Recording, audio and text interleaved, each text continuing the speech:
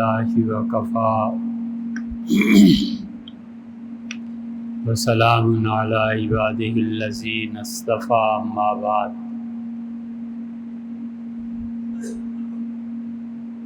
اللہ تعالیٰ نے جتنی مخلوق کو بھی پیدا فرمایا ان کو ایک راہ دکھائی، اور قرآن کریم میں ارشاد فرمایا کہ ثم ہدی،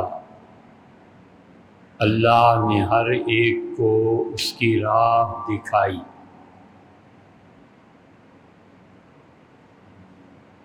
اور ہم 5 وقت جو نماز پڑھتے ہیں اور جو نفل نماز ہو، فرض ہو، واجب ہو، ہر رکعت میں یہ کہتے ہیں کہ اہدنا الصراط المستقیم، اللہ ہمیں سیدھی راہ مقدر فرما کہ ہم اس کو دیکھیں اور چلیں۔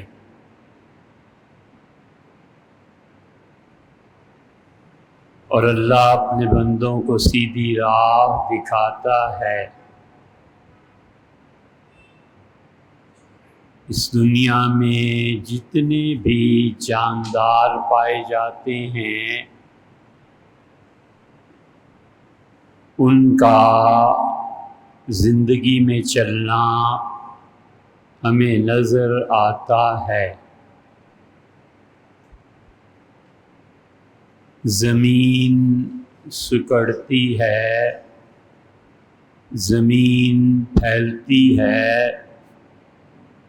اللہ اسے پھیلا دیتا ہے، اور اللہ زمین کے کسی ٹکڑے کو یا زمین کو سکیڑ دیتا ہے۔ چنانچہ فرمایا ہے کہ ننقص الارض من اطرافها، ہم زمین کو اس کے کناروں سے کاٹ رہے ہیں۔ گول چیز کے دائرے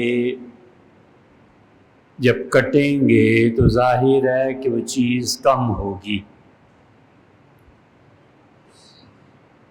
صحیح بخاری میں وہ آدمی جس نے 100 آدمیوں کو قتل کر دیا تھا اور فرشتوں نے پیمائش کی تھی، اور وہ ایک بستی کی طرف جا رہا تھا کہ توبہ کرے،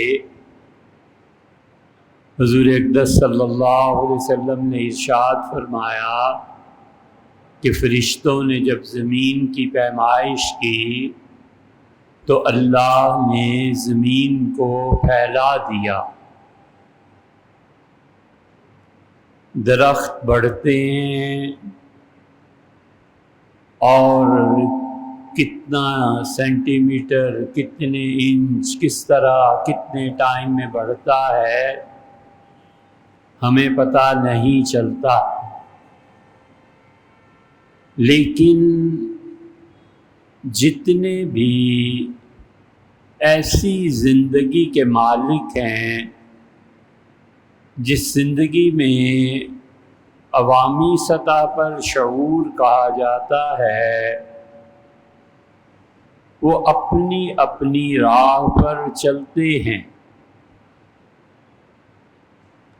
جانور ہمیشہ تلاش میں رہتا ہے کہ کہاں اس کی خوراک ملے اور وہ جائے۔ تو جانور کی کوئی راہ نہیں ہے، جانور کا کوئی طریقہ نہیں ہے، اور اسے صرف اس بات سے غرض ہے کہ میرا پیٹ بھرنا چاہیے۔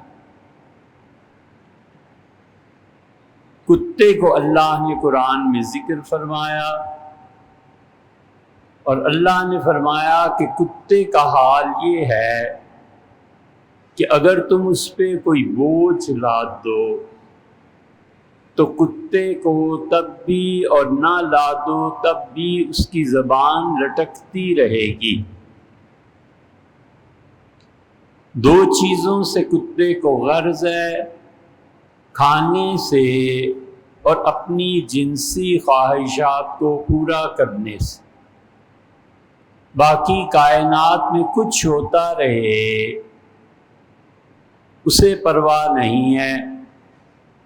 جب چرنے والے جانوروں کو چرنے کے لیے راہ کے بغیر سوچے سمجھے یہ فعل کرنا ہے تو ان کے لیے چراگاہ ہے، اور درندہ ہے اس کو چیر پھاڑ کے علاوہ کوئی کام نہیں ہے۔ خون پیتا ہے، فساد برپا کرتا ہے، اور چیتا ہے، شیر ہے، کتا ہے، بھیڑیا ہے، ان سب درندوں کو فقط خوراک چاہیے اور انہیں شکار کے لیے ایک شکارگاہ چاہیے۔ چراگاہ ہو تو جانور وہاں جائیں گے، شکارگاہ ہو تو درندے وہاں جائیں گے۔ ساری کائنات میں یہی کام ہو رہا ہے، اور ایک انسان ہے، بس صرف اسے اللہ نے کہا کہ جو تمہیں انسٹرکشنز میں دے رہا ہوں اس کی پیروی کرو، اور اگر آدمی اس کی پیروی نہ کرے اور وہ اس حال میں ہو کہ اسے اپنی جنسی خواہشات اور بھوک دو چیزوں کی فکر ہے، باقی جو مرضی ہوتا رہے، تو یہ آہستہ آہستہ درندگی اس کی طبیعت پہ غالب آ جاتی ہے۔ اسی لیے ہر نماز رکعت اہدنا الصراط المستقیم۔ انسان ایسا ہے جس کا کوئی مالک ہے، اگرچہ ان کا مالک بھی اللہ ہے، لیکن وہ کہتا ہے کہ ہم نے تمہیں پیدا کیا اور پھر اس کے بعد ہدایت دی کہ یہ راستہ چلنے کا ہے اور یہ طریقے جانوروں کے ہیں۔ انسان چراگاہوں میں جائے اور انسان شکارگاہوں میں چلا جائے تو یہ جو راہ راست ہے اس پہ کون چلے گا؟ اس لیے ہر آدمی کو جائزہ لینا چاہیے کہ میں چرنے والا جانور ہوں، یا میں درندہ ہوں، یا میں انسان ہوں، خدا نے مجھ سے کیا تقاضا کیا ہے اور میں کہاں جا رہا ہوں۔ وہ مالک ہے حقیقی، اور اس نے جو بتایا ہے وہ کتنا میری زندگی میں ہے اور کتنا نہیں ہے۔ صوفیہ نے حکایت لکھی ہے، اور یہ بڑے دانا لوگ تھے۔ اب بھی کوئی صحیح صوفی ہو، اس کی مجلس میں جاؤ تو آدمی حیران ہوتا ہے کہ اللہ نے اپنی معرفت سے اسے کتنے اسباب سکھائے۔ صوفی کی ہر بات نئی، ہر چیز کو دیکھنے کا زاویہ نیا، اور حالات و واقعات سے استنباط کرنا اور ریزلٹس نکالنا، بس یہ انہی کا خاصہ ہے۔ امت میں اس معاملے میں ان کا کوئی شریک نہیں ہے، حتیٰ کہ فلاسفہ بھی۔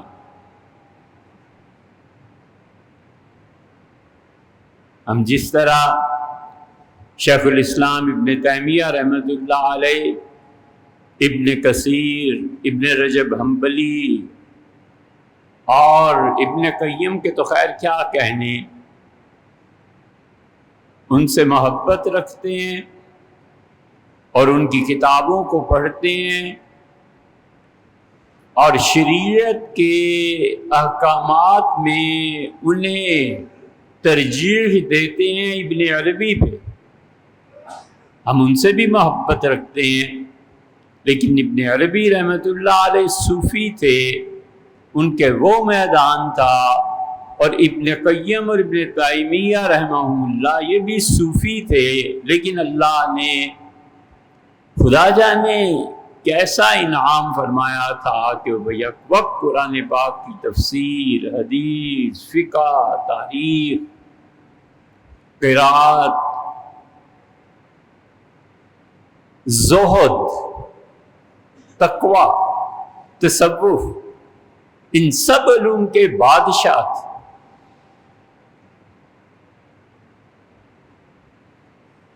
اب یہ نہیں ہے کہ ہم ان دونوں گروہوں میں سے کسی ایک گروہ کو بھی معاذ اللہ گمراہ قرار دیں۔ اور شیخ الاسلام ابن تیمیہ رحمۃ اللہ علیہ کی تعلیمات کو جنہوں نے مسخ کیا، اگر آپ پڑھتے لکھتے ہیں تو ہمفرے نے برطانوی تھا، اس جاسوس نے جو اپنی یادداشتیں لکھی ہیں اس کو پڑھو،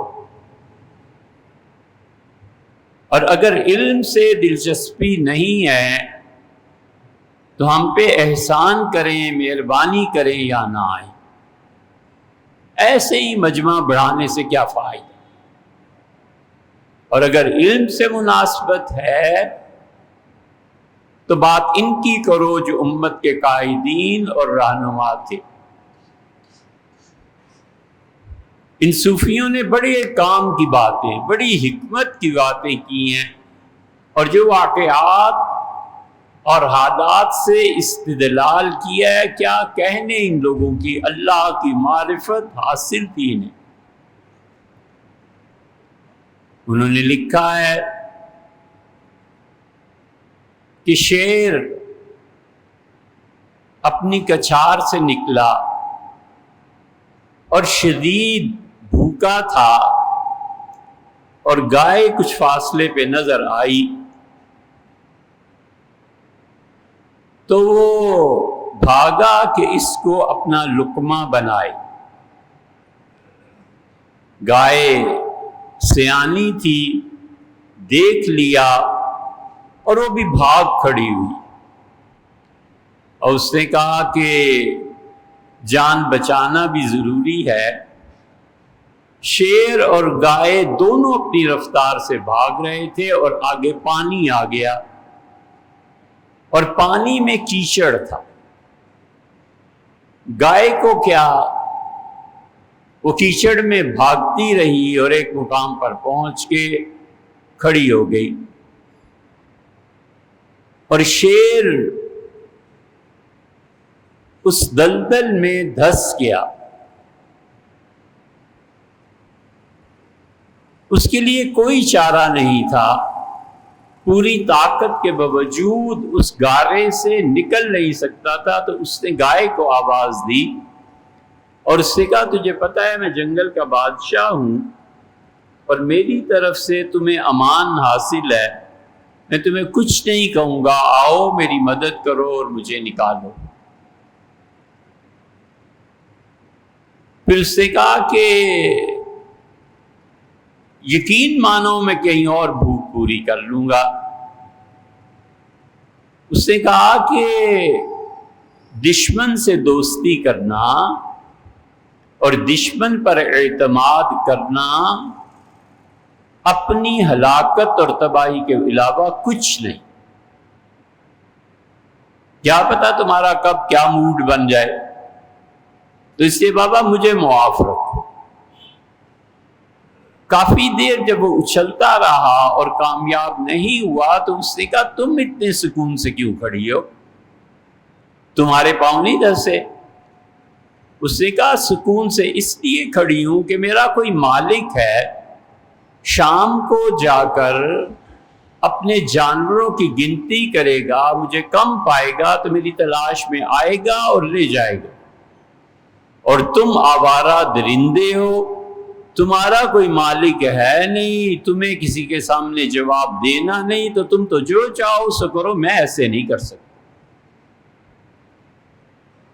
اس لیے جو لوگ سمجھتے ہیں کہ ان کا مالک اللہ ہے اور اللہ حساب لے گا اور اللہ پوچھے گا، ان کا راستہ متعین ہے۔ آوارہ درندے کا کیا راستہ ہے جو مرضی کرتا رہے، جس کو مار دے، جس کو چھوڑ دے، پیسہ دے دے، قتل کو معاف کرا لے، نہ کرائے، کچھ عرصے کے لیے بھاگ جائے۔ جتنی بھی درندوں کی حرکتیں ہیں اور جتنے چرنے والے جانوروں کی حرکتیں ہیں، جب کسی قوم میں اکثریت ایسی ہو جائے تو انہیں کبھی بھی ٹھیک نہیں کیا جا سکتا۔ یاد رکھو ہمیشہ، اور گھر جا کر یہ لکھ لینا جو اب ہم بات کہنے لگے ہیں، کہ جتنی چیزوں کی ذمہ داری اللہ نے انسانوں پر ڈال دی ہے، اللہ ان چیزوں میں کبھی مداخلت نہیں کرتا۔ چھٹی، اللہ نے انسانوں کی ذمہ داری رکھی ہے کہ اپنے آپ کو بچاؤ، ڈیفینڈ کرو۔ اب بیٹھ جائے دعا مانگنے کہ اللہ یہ کر دے اور وہ کر دے، ساری زندگی بھی مانگتا رہے، نہیں ہو سکتا۔ خدا اس نظام میں دخل ہی نہیں دیتا۔ وہ کہتا ہے ایک مرتبہ کہہ دیا نا کہ یہ تمہاری ذمہ داری ہے۔ اللہ تعالیٰ نے فرما دیا کہ والوالدات یرضعن اولادہن حولین کاملین، ماں اپنے بچے کو دودھ پلائے گی 2 سال تک۔ یہ ہو ہی نہیں سکتا کہ کہے کوئی بھی کہ یا اللہ ماں کی بجائے باپ میں دودھ آ جائے، کبھی ممکن نہیں ہے، خدا کبھی بھی نہیں کرے گا، اس لیے کہ اس نے بتا دیا ہے کہ ماں سے دودھ ملے۔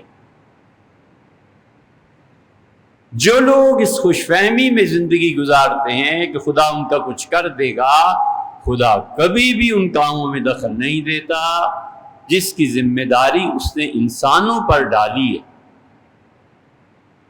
وہ دوسرا کام ضرور کر دیتا ہے، اللہ کے بارے میں خوش فہمیوں سے نکل آنا چاہیے۔ اللہ دوسرا کام کیا کر دیتا ہے؟ خود قرآن میں اس نے کہا کہ ہم نے اس سے موسیٰ علیہ السلام سے کہا کہ فلسطین، یہاں مصر سے نجات دی، فلسطین میں جاؤ اور اللہ کا جو گھر ہے اس پہ تمہارا قبضہ ہو جائے گا، اور یہ شہر صرف اتنا کرنا ہے کہ تم اور تمہاری قوم جاؤ اور دروازوں پہ پہنچ کے سجدہ کرنا ہے، میرا یہ حکم پورا کرو گے میں تمہیں فتح دے دوں گا۔ ایسے ہی نہیں کہہ دیا کہ جاؤ اور فتح ہو جائے گی، کام بھی بتا دیا جو کرنے کا۔ بنی اسرائیل نے حضرت موسیٰ علیہ السلام سے کہا ان فیہا قوم جبارین، وہاں تو بڑے جابر لوگ۔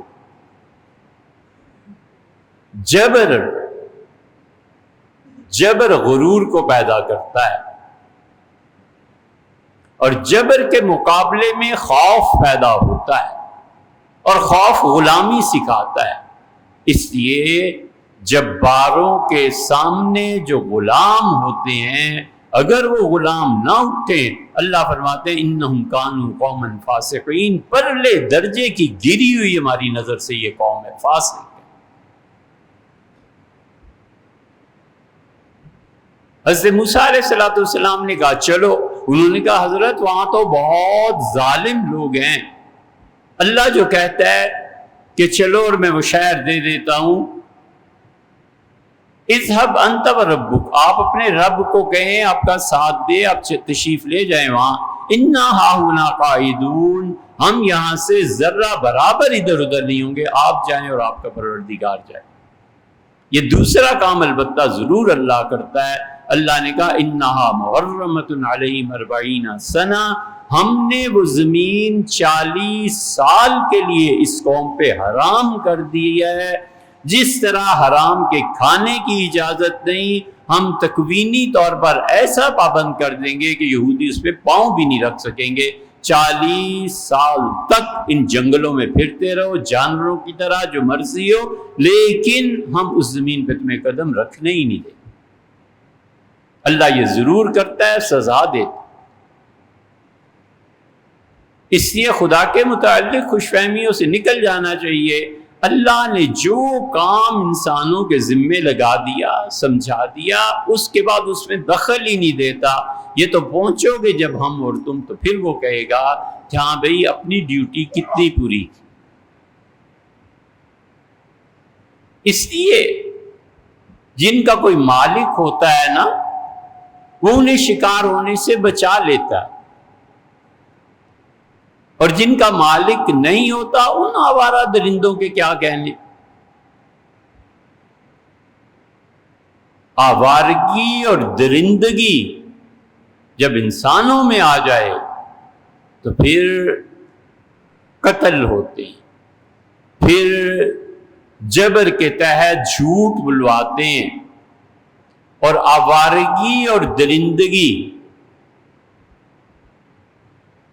اس کو اگر چاہو تو غور سے سننا، آوارگی اور درندگی اگر مذہب میں آ جائے تو قیادت صلاحیت کی بجائے نسب میں چلی جاتی ہے۔ آوارگی اور درندگی جب مذہب کی شکل اختیار کرتی ہے تو قوم کی قیادت ایسے مذہبی رہنماؤں میں صلاحیت والے قائد کی بجائے بیٹے اور پوتے میں منتقل ہو جاتی ہے۔ وراثت قیادت کرتی ہے، حکمت اور ہمت اور علم وہ قیادت نہیں کرتا۔ کتنے ہی اچھے علماء مدرسے میں پڑھاتے ہوں، محتمم باپ کے بعد بیٹے نہیں بننا ہے، چاہے پرلے درجے کا چرس پینے والا اور شراب پینے والا ہی کیوں نہ ہو، لیکن اہتمام اسی کو ملنا ہے، اس لیے کہ وہ ساری درندگی اور سارا ظلم اور جبر اس پہ ہے۔ صوفی کا انتقال ہو گیا، خلفاء بڑے بڑے اچھے بیٹھے ہوئے ہیں، ان کا کوئی حصہ نہیں ہے۔ وہ جاہل ان پڑھ جس کو تصوف کے ایک سبق کی توفیق نہیں ہے، والد کے بعد خانقاہ اس کے پاس آئے گی، کیونکہ قیادت صلاحیت کی بنیاد پہ نہیں ہے، وراثت کی بنیاد پہ۔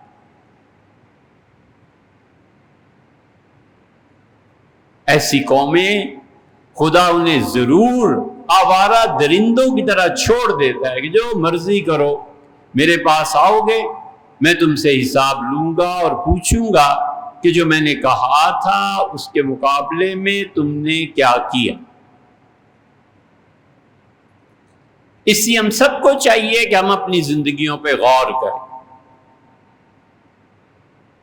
حکومت تبدیل کریں، یہ کریں، یہ کریں۔ تم خود اس قابل ہو کہ کوئی شریف آدمی تمہارے پہ حکومت کرے؟ تم خود اس قابل ہو کہ تم پہ تمہارا ہمسایہ اعتبار کر لے؟ سوسائٹی ایسی نہیں ہے۔ اس لیے قیادت جبر کے ساتھ حکومت کرتی ہے، اس لیے قیادت لوگوں کا خون چوستی ہے،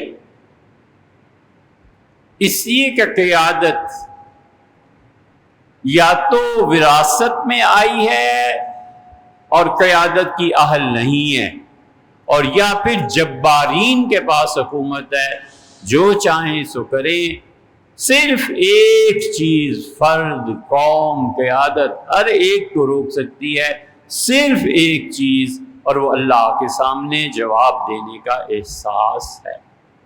بس جس آدمی کو پتہ ہے کہ مرنا ہے اور اللہ کے ہاں پہنچنا ہے، اس کا کوئی مالک ہے نا، وہ اپنے مالک کی قدر کرتا ہے۔ ہم سب اس بھول میں مبتلا ہیں اور ہمیں بالکل عقل نہیں ہے کہ مالک حقیقی کون ہے۔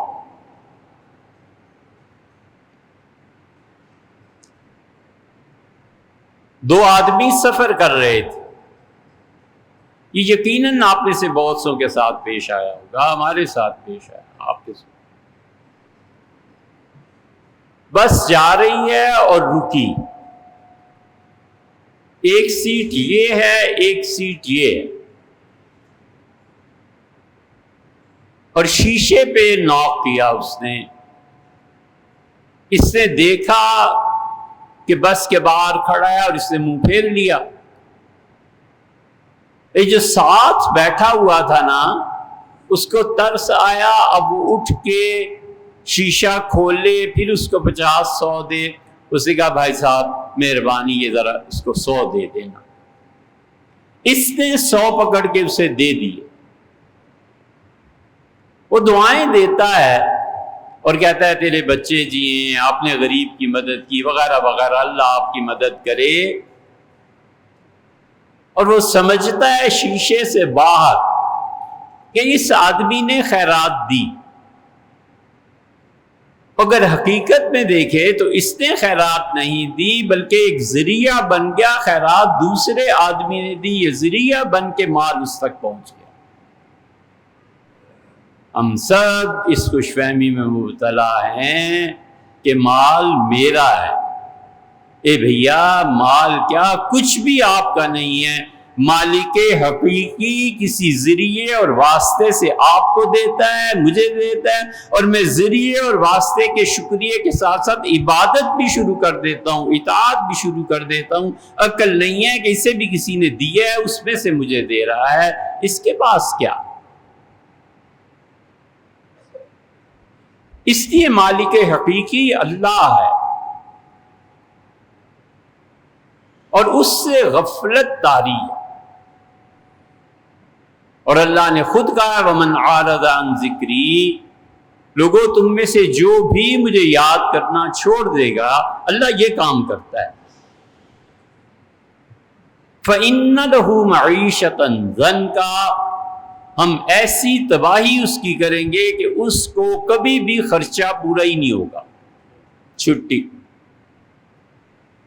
وَمَنْ عَارَضَ عَنْ ذِكْرِي فَإِنَّ لَهُ مَعِيشَةً ضَنْكَ، جو ہمیں یاد نہیں کرے گا، ہم تمہیں قانون بتا دیتے ہیں کہ ہم اس کی معیشت کو برباد کر دیں گے۔ 5 لاکھ بھی کما کے لاتا ہے، نئی نئی چیزیں پھوٹنے لگتی ہیں، اس کا پیسہ نہیں پورا ہوتا۔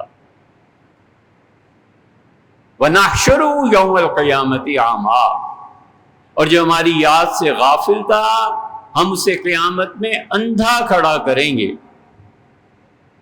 اور وہ قیامت کے دن میرے دربار میں پوچھے گا رب لما حشرتنی اعمیٰ وقد کنت بصیرا، اللہ آپ نے مجھے اندھا کھڑا کیا حالانکہ میں آنکھوں والا تھا۔